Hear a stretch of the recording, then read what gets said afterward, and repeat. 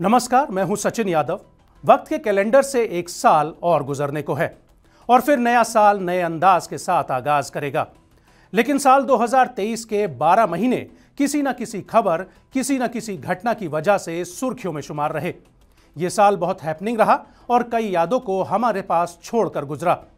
आज बात उन दिनों की, उस वक्त की जब एक बड़ी घटना घटी जिसने हम सबको खबरों से बांध कर रखा। यह महत्वपूर्ण घटनाक्रम साल की बड़ी खबर में शुमार किए गए।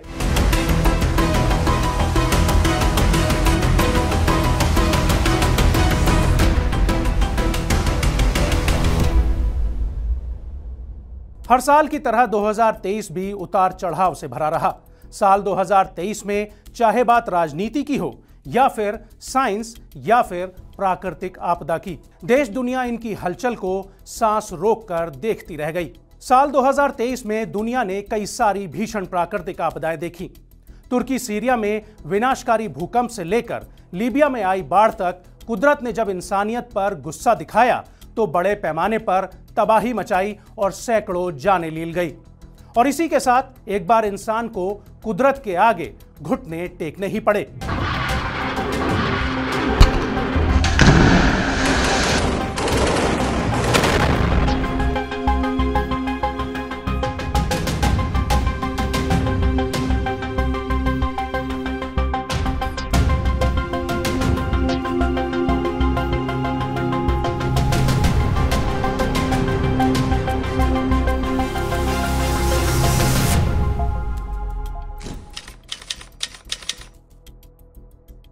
तुर्की में आए भयानक भूकंप की वजह से जिस स्तर की तबाही मची, उस स्तर की तबाही शायद ही 2023 में किसी और देश में मची हो।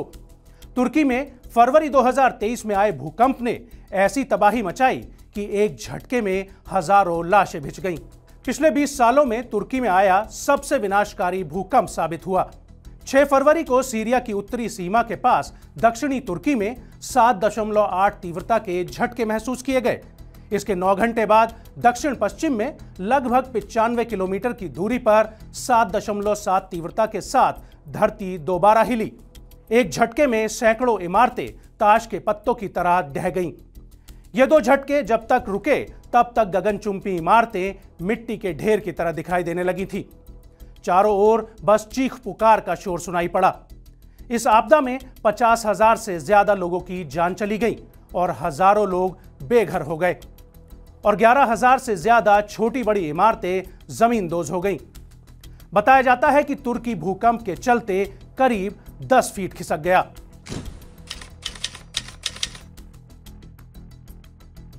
भारत का पूर्वोत्तर राज्य मणिपुर बीते मई महीने से जल रहा है। यहां रहने वाले दो समुदाय मैतेई और कुकी के बीच हिंसक झड़प में खून खराबा देखने को मिला। राज्य में मैतेई समुदाय बहुसंख्यक है तो कुकी और नागा समुदाय अल्पसंख्यक। संख्या में ज्यादा होने के बावजूद मैतेई समाज की मांग है कि उसको कुकी की तरह राज्य में शेड्यूल्ड ट्राइब का दर्जा दिया जाए, जिसे लंबे इंतजार के बाद मणिपुर हाईकोर्ट ने स्वीकार किया और फिर देखते ही देखते ये अदालती लड़ाई जमीनी लड़ाई में तब्दील हो गई। इस हिंसा में अब तक कम से कम 200 लोग मारे गए हैं और लगभग 1200 से ज्यादा लोग घायल हुए हैं। झड़पों के दौरान समुदायों ने तोड़फोड़ की और कई पुलिस थानों से हथियार भी लूटे। इस दौरान कई गांव जलकर खाक हो गए। हालांकि एक तस्वीर ने पूरे देश को शर्मसार करने का भी काम किया, जब कुकी समुदाय की 2 महिलाओं को मैतेई समुदाय के पुरुषों ने नग्न अवस्था में परेड करवाई, जिसके बाद देश ही नहीं दुनिया भर में भारी गुस्सा देखा गया।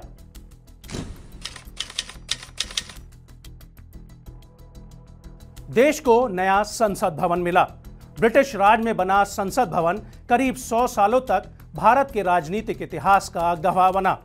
पीएम मोदी ने 10 दिसंबर 2020 को नए संसद भवन की नींव रखी थी, जिसका 28 मई 2023 को उद्घाटन किया गया। कहा जा रहा है कि इस पर लगभग 1200 करोड़ रुपए की लागत आई है।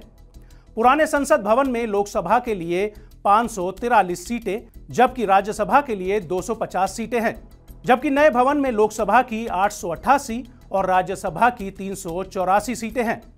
नया संसद भवन 4 मंजिला है, जबकि पुराने संसद भवन में 3 मंजिलें हैं। खास बात है कि भवन की पुरानी इमारत को ध्वस्त नहीं किया जाएगा, बल्कि संसदीय कार्यक्रमों के लिए इसका उपयोग किया जाएगा। यह भवन देश की ऐतिहासिक संरचना है जिसका संरक्षण किया जाएगा।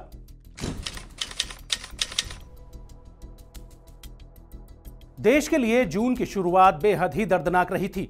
2 जून को ओडिशा में चेन्नई की ओर जाने वाली कोरोमंडल एक्सप्रेस और एसएमवीटी बेंगलुरु हावड़ा एक्सप्रेस और एक मालगाड़ी की भीषण टक्कर हो गई थी, जिसमें सैकड़ों लोगों ने अपनी जान गंवा दी थी। जानकारी के मुताबिक इस हादसे में लगभग 300 लोग मारे गए थे और लगभग 850 लोग घायल हुए थे। ट्रेन दुर्घटना में सैकड़ों परिवार तबाह हो गए। किसी ने अपना बेटा खोया, तो किसी ने अपना पति, तो किसी ने अपना भाई। तबाही के मंजर में एक पिता का शवग्रहों में अपने बेटे को खोजने का वीडियो वायरल हुआ था, जिसमें वो दुर्घटना स्थल के हर इलाके में जाकर अपने बेटे की तलाश करता हुआ दिख रहा था। लगभग यही कहानी हर उस परिवार या शख्स की थी जिसका कोई अपना ट्रेन से रवाना हुआ था और हादसे का शिकार हुआ था। रेलवे ने पूरे मामले की जांच की और पाया कि जिस ट्रैक पर टक्कर हुई उस पर एंटी कोलिजन डिवाइस तैनात नहीं की गई थी, जबकि दुर्घटना से पहले 6 महीने में 2 बार लापता एंटी कोलिजन सिग्नल प्रणाली को लेकर चेतावनी दी गई थी।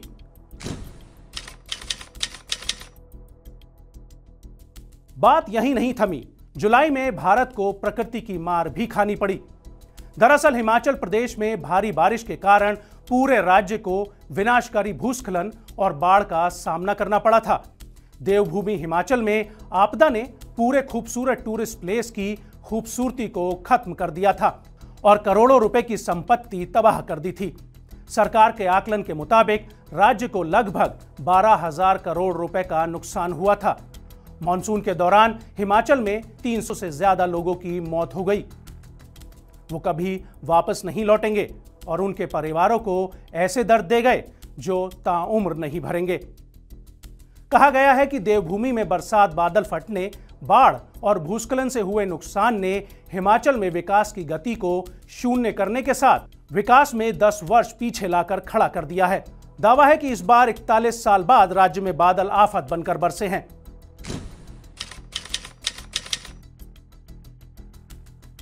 अगस्त का महीना भारत के लिए ऐतिहासिक महीना साबित हुआ। दरअसल 23 अगस्त को भारत ने अपने चंद्र मिशन चंद्रयान 3 को सफलतापूर्वक चांद की सतह पर लैंड करके इतिहास रच दिया। चांद के दक्षिणी ध्रुव पर उतरने वाला भारत इकलौता देश बन गया है। इस ऐतिहासिक उपलब्धि के बाद पूरे विश्व में भारत की वाहवाही होने लगी। हर किसी ने भारत की उपलब्धि पर बधाई दी। 14 जुलाई को दोपहर 2:35 पर श्रीहरिकोटा से उड़ान भरने वाले चंद्रयान 3 ने अपनी 40 दिनों की लंबी यात्रा पूरी की। भारत ने इससे पहले साल 2019 में चंद्रयान 2 के जरिए इस मिशन को हासिल करने की कोशिश की थी, लेकिन सफलता नहीं मिल पाई थी। चंद्रयान 3 के रोवर में लगे यंत्र ने चांद के साउथ पोल इलाके में ऑक्सीजन की पुष्टि की है। Sulphur, aluminium, calcium, iron, chromium, titanium, manganese, silicon खोजा है। लैंडर में लगे चास्टे पेलोड की मदद से चांद की सतह और उसके अंदर का तापमान जाना है। चांद के साउथ पोल की सतह पर लिया गया तापमान 50 से 60 डिग्री सेल्सियस के बीच था। सतह से महज 10 सेंटीमीटर यानी 4 इंच नीचे पारा -10 डिग्री सेल्सियस रहता है। भारत ने इस साल राजधानी दिल्ली में G20 शिखर सम्मेलन की सफल मेजबानी की। यह सम्मेलन 9-10 दिसंबर 2023 को दिल्ली के प्रगति मैदान में आयोजित किया गया। इसमें अमेरिका समेत G20 के सदस्य देशों के राष्ट्र प्रमुखों के अलावा 9 अन्य देश आमंत्रित किए गए। भारत ने पहली बार G20 सम्मेलन की मेजबानी की थी। कुल 10 महीने के अंदर देश भर के 60 शहरों में G20 की 200 से ज्यादा बैठकें हुईं। इस दौरान दुनिया ने भारत मंडपम में समृद्ध भारत की अनूठी तस्वीर देखी।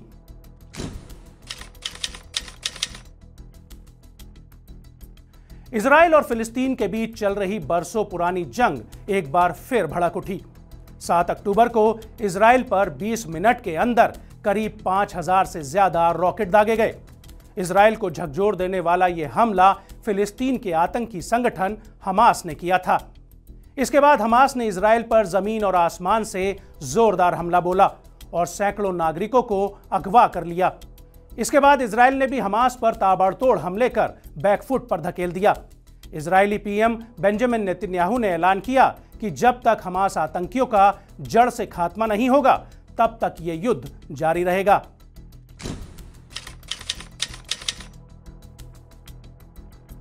जब पूरा देश दिवाली मना रहा था तो उस दौरान उत्तराखंड में सिलक्यारा सुरंग ढह जाने से 41 मजदूर उसी में फंस गए और एक एक सांसों के लिए लड़ने लगे थे।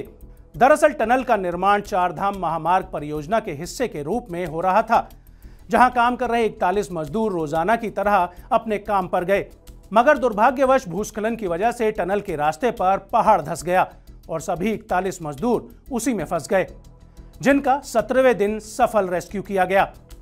खास बात है कि बचाव अभियान के समय तकनीक और इंसान दोनों की मदद ली गई। जहां अमेरिका से मंगाई गई ऑगर मशीन बीच में ही खराब हो गई, तब रैट माइनर्स की मदद से टनल में मैनुअल ड्रिलिंग की गई। इस दौरान जान हथेली पर रखकर छेनी हथौड़ों के साथ सांप नुमा सकरे रास्ते में घुसकर रैट माइनर्स ने टनल में फंसे मजदूरों के लिए रास्ता बनाया। रेस्क्यू ऑपरेशन में देश ही नहीं विदेश से भी एक्सपर्ट्स की बड़ी टीम मोर्चे पर तैनात थी।